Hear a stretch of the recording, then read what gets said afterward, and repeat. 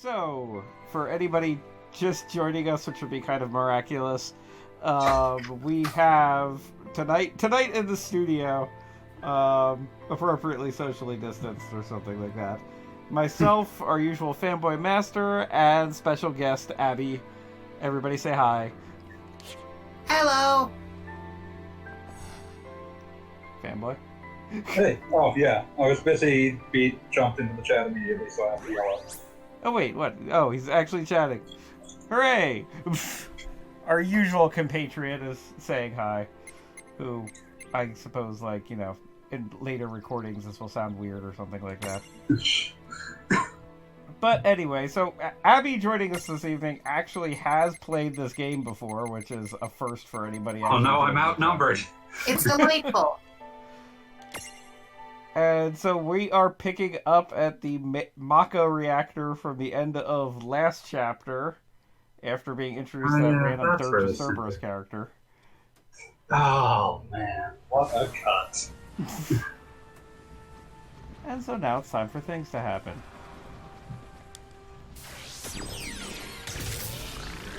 So, anybody seen any good movies? I watched Doctor Strangelove, that was pretty good. Oh, is that your first time seeing it?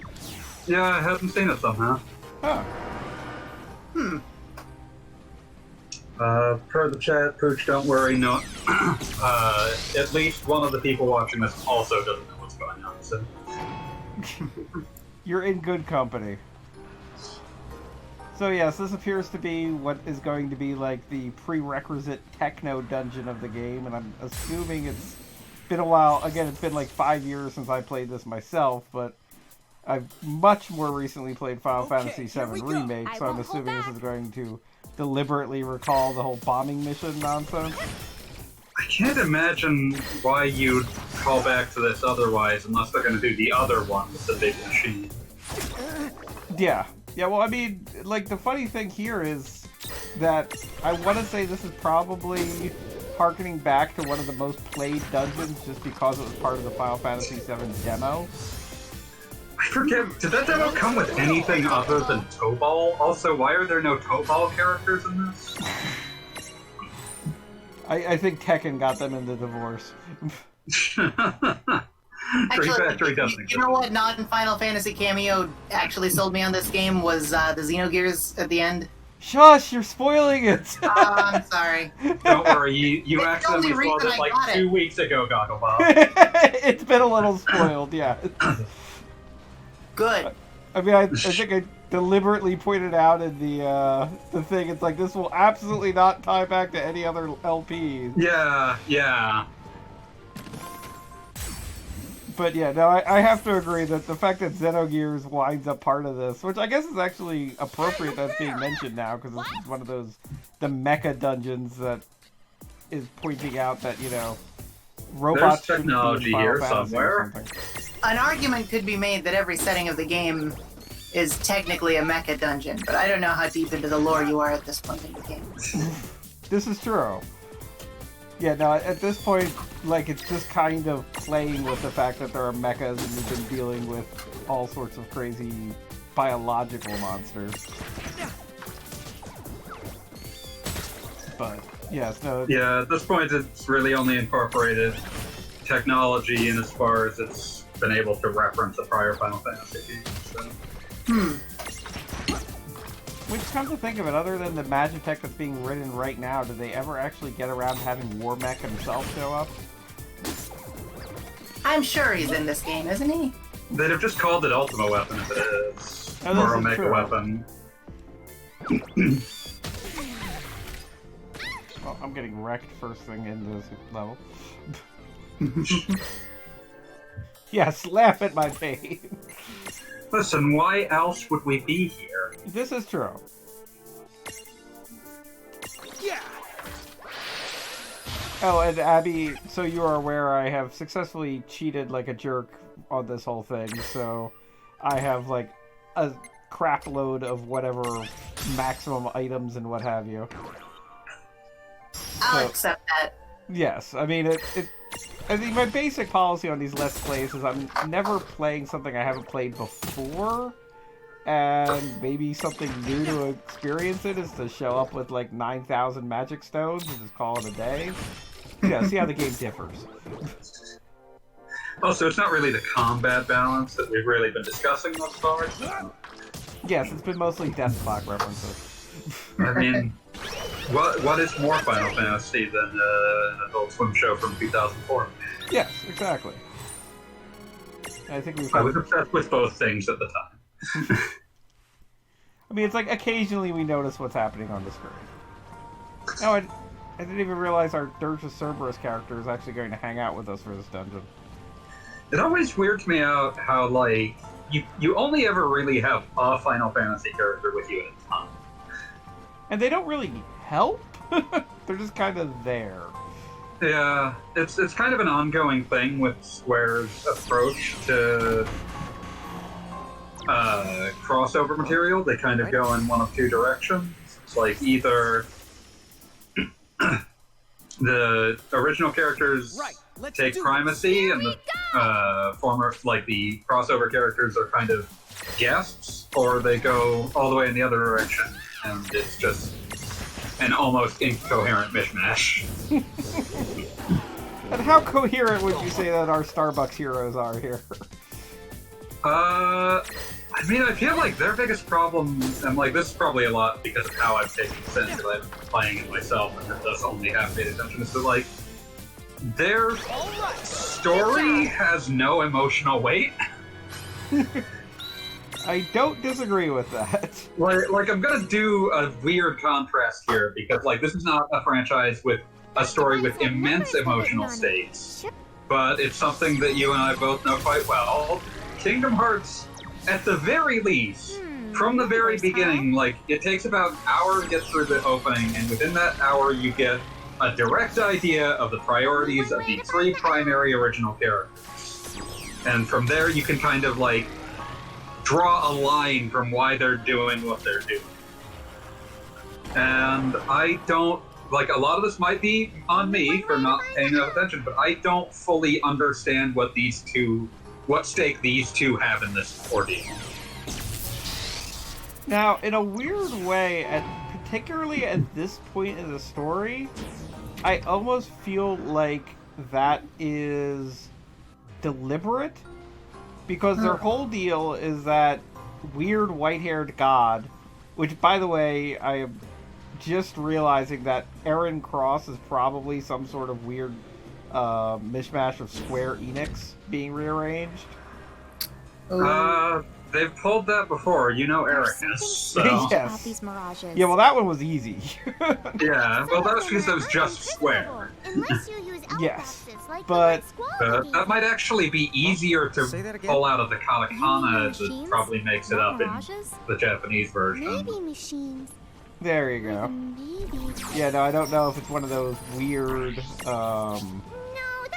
you know, like they've rearranged syllables thing. I was kind of just like, it's one of those came to me in a shower thing. Yeah, no, I could totally see that being the case, even if I'm not certain. Yes.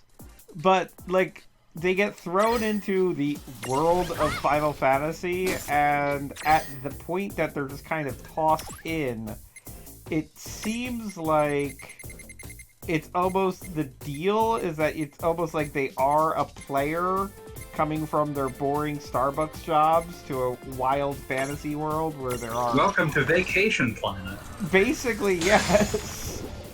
And, like, it's not necessarily like you're supposed to find them encouraging. It's like, basically you're supposed to be like, hey, wouldn't it be exciting if your boring job at Starbucks wound up being, you know, something where somebody walks in and grants you access to another world? Which kind of really the key part of the fantasy is the idea that you can work at Starbucks and never have to serve anybody. That too. That does sound nice. No one exists. There's one customer, the end. I do feel like if they were going to do that, then they should have gone all in with just Final Fantasy characters. And like the way that they've gone about this,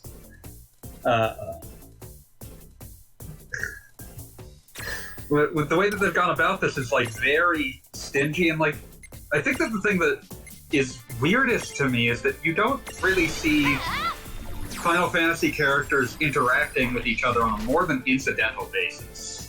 I mean, yes, we just recently had Squall show up, and he mentions, like, by the way, I heard you met Quistis. Isn't she cool? And it's like, dude, could you guys hang out? Yeah, like when you're or even just like when you're doing this kind of crossover where like everyone's gonna be in the game, it feels weird to not do any sort of like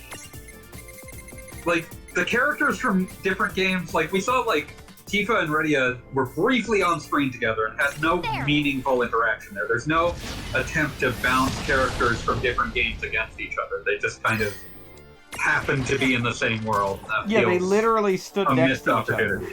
Yeah. And like that feels like a missed opportunity because like I've played a lot of crossover games. I'm not going to lie, I played a lot of like Super Robot Wars games and that sort of thing where it's like the whole thing that you're selling is these characters that never could have possibly interacted in an official fashion. Now they can. They're going to have like silly interactions that reference the things that they that they did in their original series, and it's like I get that limits the window of how much people can enjoy these things, but at the same time, like there's a flattening when all of these characters not only don't interact with each other, they don't interact with their own cast either. It's very strange. Yeah, no, I have to agree completely.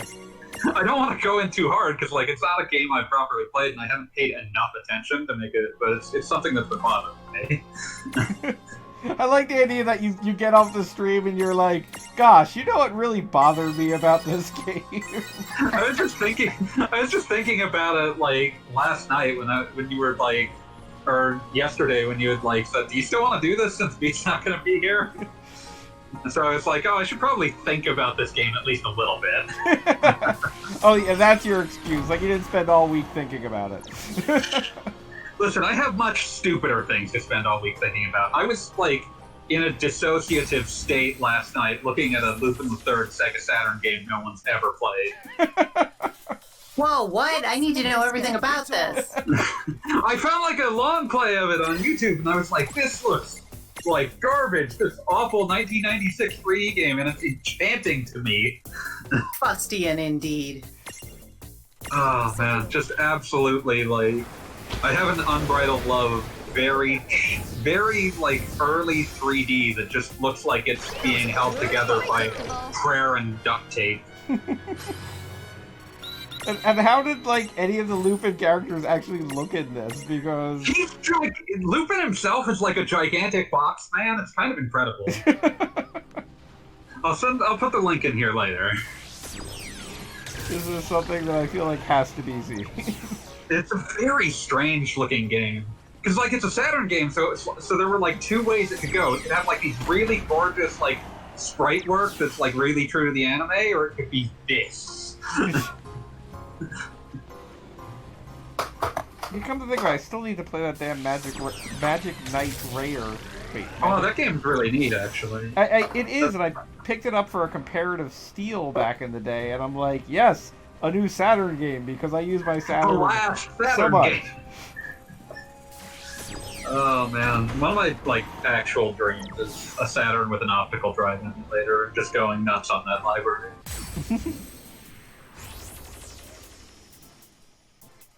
Yeah, what other ridiculous... I mean, like, legitimately, I'm not even kidding, the entire reason I own a Saturn is for Fighters Megamix.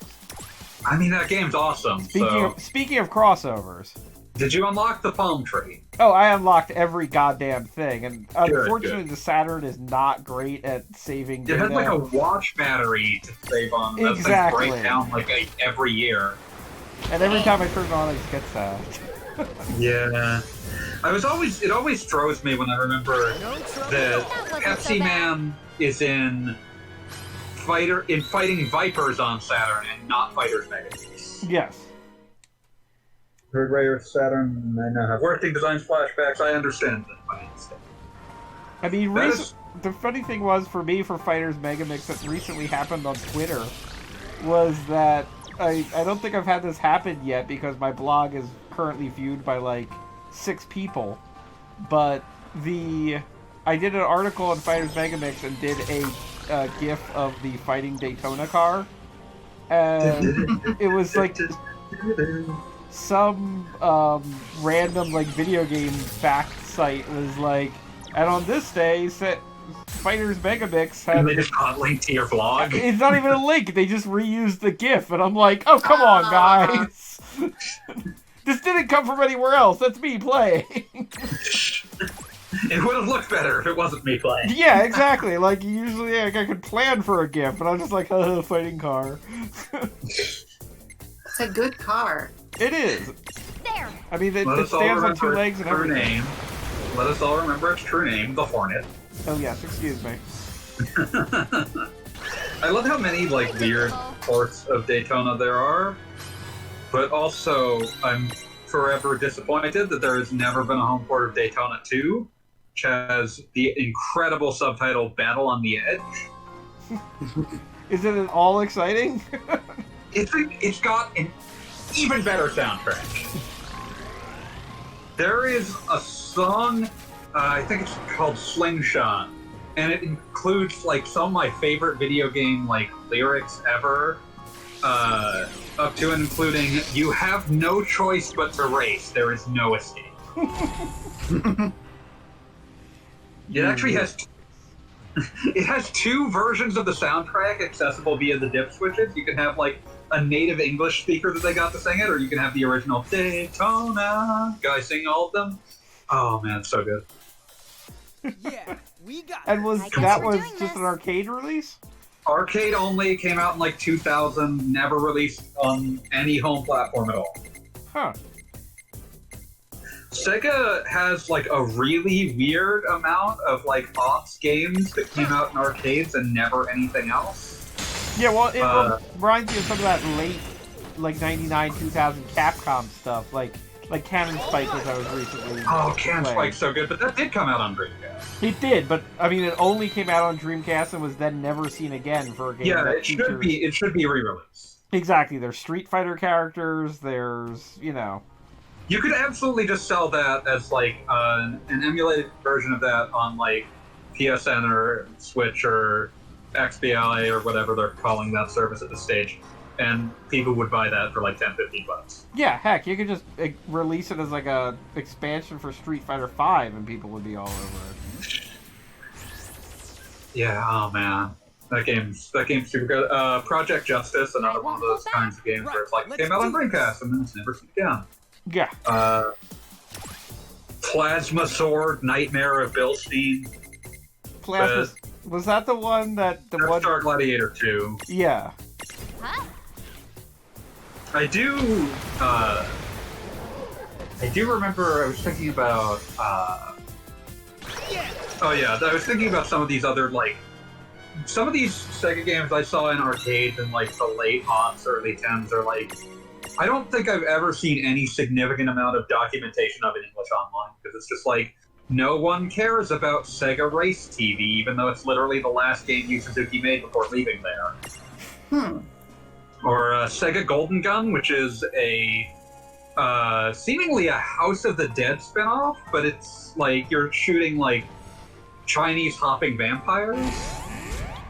Well, of course. Like, I saw that in an arcade once and played it once, and it was kind of fun, but like I don't think they ever released it anywhere else.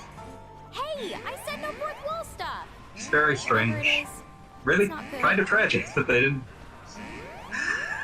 didn't put them on anything, even though all of those arcade boards at that point were just PCs. Keep going. Trust me. I also might still be bitter that Virtua Fighter 3 planned Xbox before it got canceled. Not Virtua Fighter, Virtua Cop. Doing this again.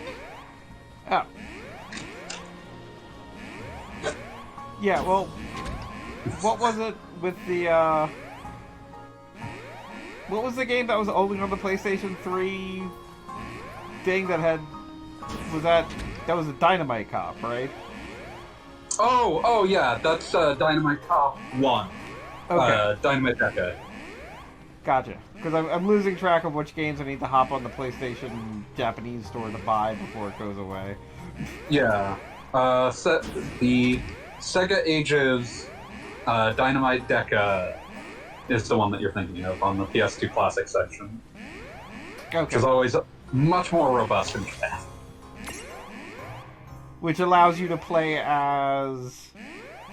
Golden Axe characters, Altered Beast characters, a proper arcade port. You can play as Sagata Sanshiro. Yes. Okay, that was the one that stuck in my mind. Oh man, I was thinking about actually like that was another game that I was thinking of when I was thinking about like crossover games. Is like Project Cross Zone 2 is a game with no emotional impact whatsoever. Like it gives up on that immediately. So Yeah, that game is exhausting as a result, too.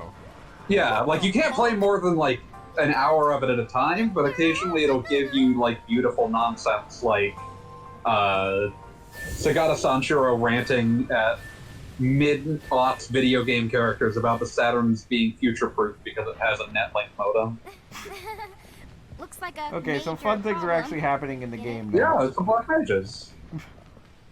Not the musical group, to be clear. Legally not these. Legally distinct. Do you think they're mirages? I can definitely I don't think when I first played FF9 I was quite prepared for the ruminations on Black Mage ephemerality. They're so good. It's really great, but like at the time I was like, I didn't quite know what to do with that information. Well, I mean, You know, I like it because they don't quite know what to do with the information either, and they're just kind of You're sort of left when with this bird dies. you're sort of left with the inexorable like, oh, BB's not going to last much longer in this game. We better make the most of it.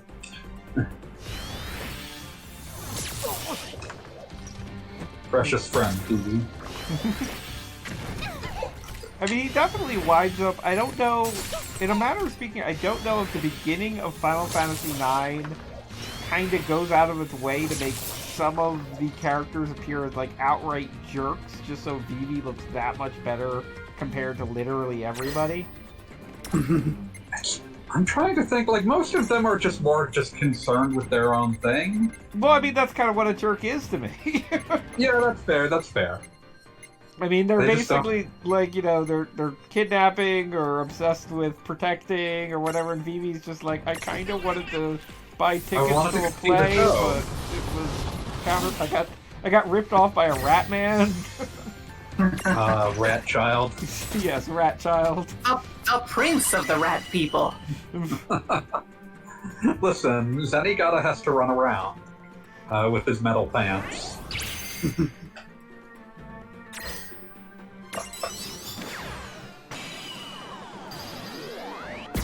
They really take a long time to make that character likable.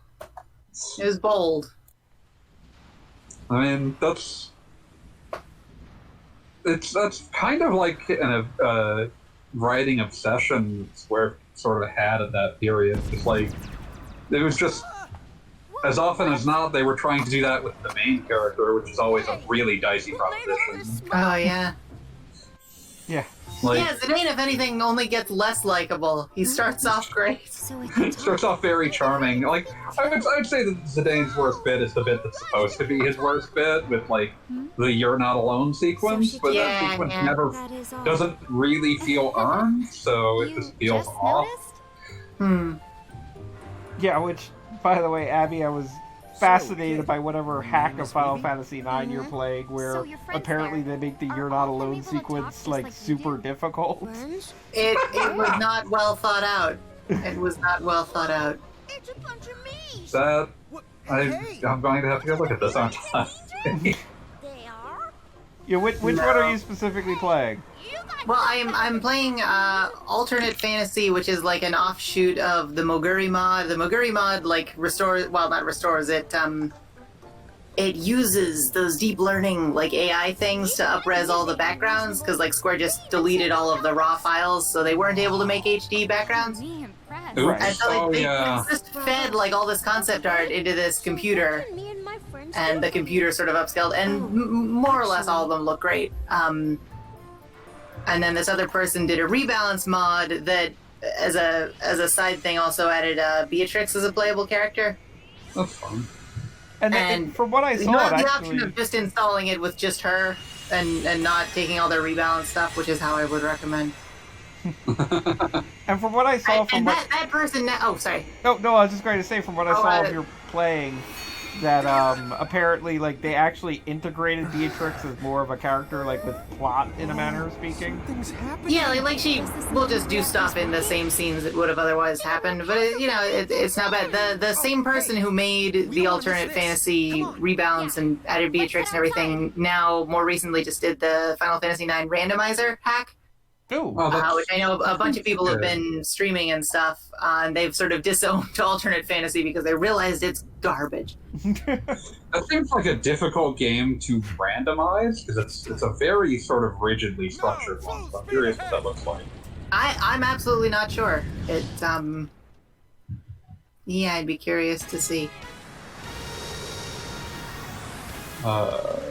Zeph in the comments says Funko Pop BB looks like the sham hat witch from last week, and yeah, kind of. He's not a little Oh, we see the return of proper anime scenes. Yeah, and Figueroa There are Castle more is... of these in the game than I'd have expected. This, however, is CG'd all to hell.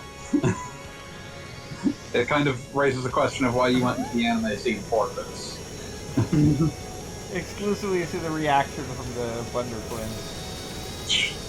Wonder Twin Powers. Oh, are they going to climb up to Little World? Little Planet from Sonic CD? Can I just say, I don't remember if this character is even going to show up in the sequence we'll be streaming tonight. The Bird Night Lady is, like, the best design in, like, the last 15 years of Final Fantasy. Oh, Plumed Knight. Oh, Plumed Knight. Yeah. Yeah, and she kicked Lightning's ass last week, so she might show up. So good. My brain got confused on cool animal night ladies, and I landed on Freya, which is not the same. Yeah, Plume Knight apparently is supposed to be a mixture of just a typical Final Fantasy Knight and, I don't know what she's called this week, but Tritoch, the Esper from the beginning of Final Fantasy VI. Lightning Bird. Yes, Lightning Bird. Oh, okay. I was thinking of the snail that you fight and got confused. No. That didn't seem right at all. Biggs and Wedge are running away as we speak. There's no point in dwelling on it right now. Is this officially ours? So Vivi. Gosh, you know, Final Fantasy, World of Final Fantasy would be the best game ever if it revealed that literally every NPC that dies in another Final Fantasy game winds up here as the afterlife. There's just 15. There's just a Biggs and Wedge for every town. Yeah. There's always a Biggs and Wedge, and General Leo is just like, what am I doing here? I'm really not looking forward to, like, Funko Pop Edgar flirting with anyone. I think it's already happened. Damn. What about Lightning? I will not accept the concept of a Funko Pop with a sex girl. Well, no, see, the thing you gotta understand is the kids growing up today, like, Funko Pops are all they have in terms of, like, merchandise and toys. Oh, yeah, definitely. Like in, like, 10, 15 years, like we'll have fully formed adults who, like, imprinted on those, like, in their adolescence. And, like, to them, Funko Pops are the only things with a sex drive. And, like, they'll be like, who are these, like, full-size humans? What are they? Ew. And it's gonna happen. You know, I'm not being silly. I'm not doing a goof. I know you aren't, and that's why I'm speechless and horrified. Oh, I was happier 30 seconds ago. That was kind of a neat sequence, though. Here's your FF6 fantastic. And also, butts in just to say, what the fuck? I mean, Hi. Hello. But I have some information. Huh? you've been replaced. What are you doing here? I had to voice my Your extreme microphone quality is also now concerned. To the west of here. Look, yeah, I'm no, not happy it's- about it either. Don't shoot the Do messenger. not shoot the messenger. Yeah, no, I just have to say I am so mad at the very concept of this game that I could not remain silent. That's all I got. I'm out now. Impeach guy. Great. It's the best Final Fantasy game since, like, 9. maybe 10 too. You know, Really goddamn like Denton. liars. Lightning returns in a pinch. Lightning Returns is Alright. best if I only think of it as a Valkyrie profile game that somehow had its story like thrown out and replaced with something that's vaguely FF13 related. Yeah, I'm not gonna help you guys make the tier list. All right, later. Yeah. There's a lot of Valkyrie profile DNA in Lightning Returns. I appreciate it. Yeah, I never really noticed that until I. Yeah. Recently, the sandworms out in the Phantom Sands have been. Normally, it's my job to go out I there. miss Triace being given largely unrestricted budgets to make largely profoundly games. niche projects. I feel really lucky that I. I'll never forget that they somehow, like, their big first Xbox 360 game was like, what if you fought the man in the moon? That game's awful, but just like the twist at the end is you fight the man in the moon. It's one of the most incredible things I've ever seen. And I'm not going to spoil it, but oddly enough, another game just came out that did the same thing. Listen, that man has just been hanging around the moon unmolested for centuries. Sorry? We can't have that. Man has dreamed of reaching up and fighting the moon for years. We had to fool the Federation. At least For centuries, man has hated the moon and all of its celestial processes. Midgar seems to be down for a nice long sleep. Midgar? Ah, Funko That's what the Edgar, place is voice by The Ian underground O'Brien. facility. I don't know because I have the sound off, but I'm going to say yes. Well, it's not. I think technically most of us are not actually listening to the Then what? game. Yeah, I'd be hearing a horrible echo of my own voice. I do have to point out that in rewatching it, apparently the Flan Princess fight from last game, I think used I the thought the same guy's prices were a little too battle good to be music true. from Final Fantasy IV when you fight Flan Princesses. Yay, that's great. That was That probably sells the crossover a lot more if you hear the music, and you can hear the musical motif reference. Yes. Oh, and also definitely Nibelheim had Tifa's theme playing, which is great. That the facility was called Midgar I love Tifa's theme. and powered by special. It's also engineers my- Mako. I still have the Final Fantasy VII Not Remake only was it theme teaming going with on my Mirages, PlayStation machines 4 the Oh, Shadow was man. using for the menu, Yeah. so switching back and They forth was developed a kind of mind of amusing. their own and attacked us. It's like, here's the kitty There were too version, and many here's threats down the, there. not kitty Not to version. mention it housed my moving castle's power source. I really like a So, lot of of course, the I needed a remixes good that cover they story did that would in keep even the FF7 Federation Remake. away. Yeah, well, FF7 Remake, my complaint was that I love the remixes, but it felt like there were only like Busy as a pack. 3 songs being busy. I'm reading words on the screen. 3 words being used at all times.